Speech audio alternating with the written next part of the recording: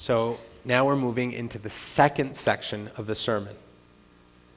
We have a sketch of what the world looks like. So now let's look at what the church looks like in this world today. Let's go to Africa. In 1900, in Africa, there were 4 million Christians. In 2000, in Africa, there were 375 million Christians. The church is exploding in Africa. In the United States, between 1965 and 2003, the Assembly of God Church increased their numbers by 377%. Southern Baptist, 52%, and Roman Catholic, 23%. In the U.S., 3,500 Roman Catholic parishes have church in Spanish every Sunday.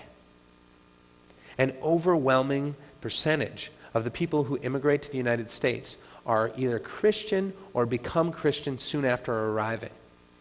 Of the Latinos that immigrate to the United States, 20% are Protestant and Pentecostal, most of them being Assembly of God. More and more,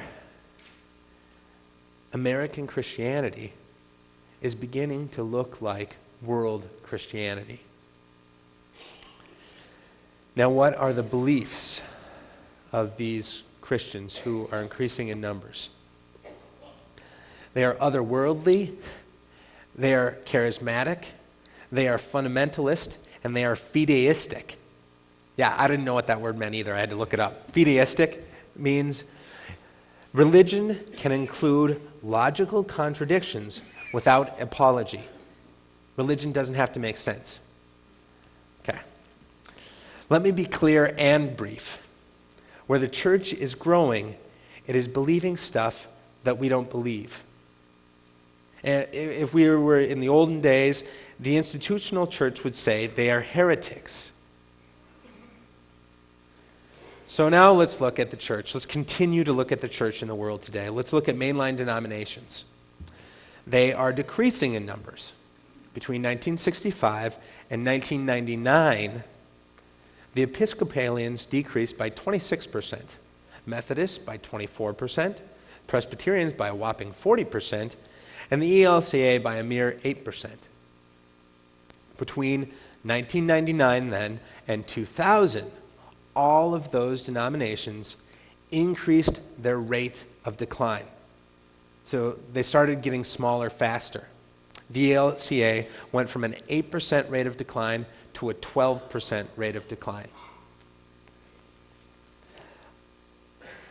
I'm going to let all this soak in just a little bit. It's tough to digest all the numbers.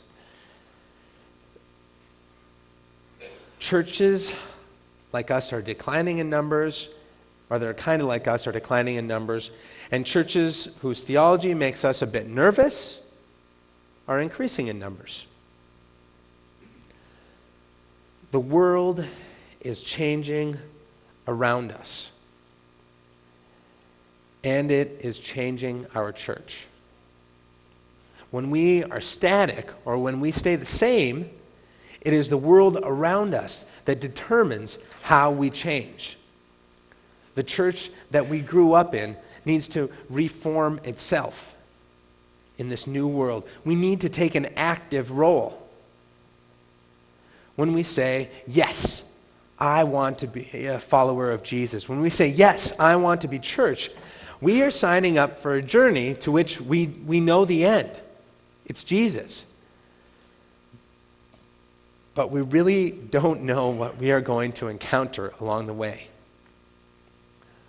We are the ones who are going into the world in new and creative ways, being church.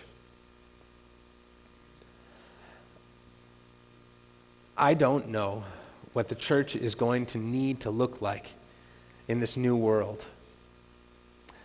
But I think I know the operating system upon which it will run.